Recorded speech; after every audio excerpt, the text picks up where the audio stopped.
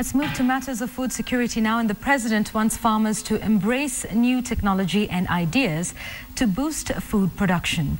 President Uhuru says small landholders can have higher yields if they try out new farming ideas. Uhuru and his deputy William Ruto toured one such farm in Athi River. Ausquest farm is adopting the area's black cotton soil to farm sorghum and barley. Even as the president explores options for food security, some argue that his government is dwelling too much on agriculture and ignoring the pastoralists.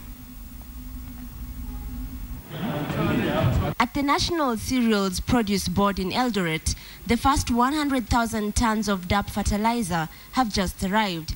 In total, 142,000 tons of assorted fertilizer will be distributed to farmers in various regions at subsidized prices.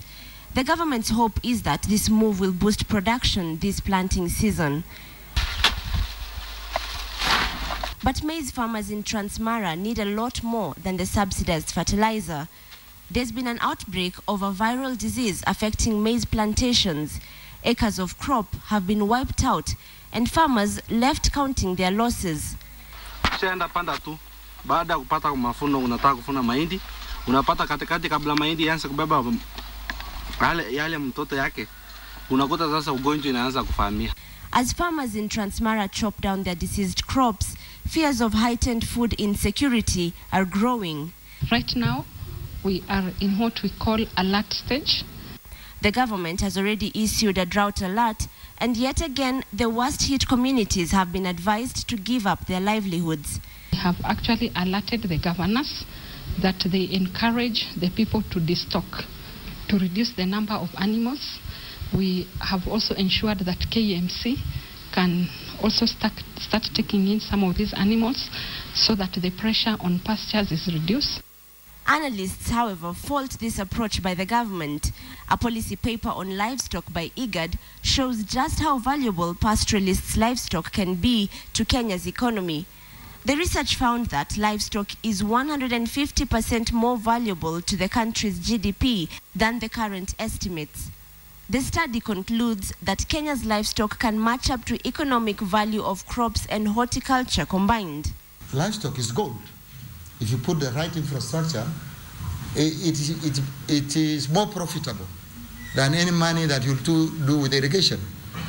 Our highlands, the places where there's a lot of water next to the rivers, our irrigation so far have not succeeded. Ahero, Burra, all those ones. And yet, immediately people think of, it's a drought, why don't you irrigate?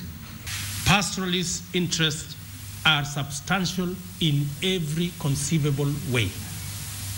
You cannot think of Kenya without thinking of the pastoralist communities.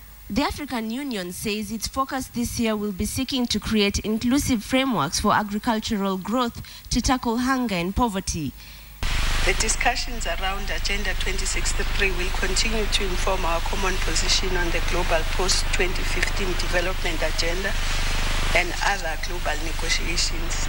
For President Uhuru Kenyatta and his deputy, the challenge of food insecurity is staring at them right in the eyes.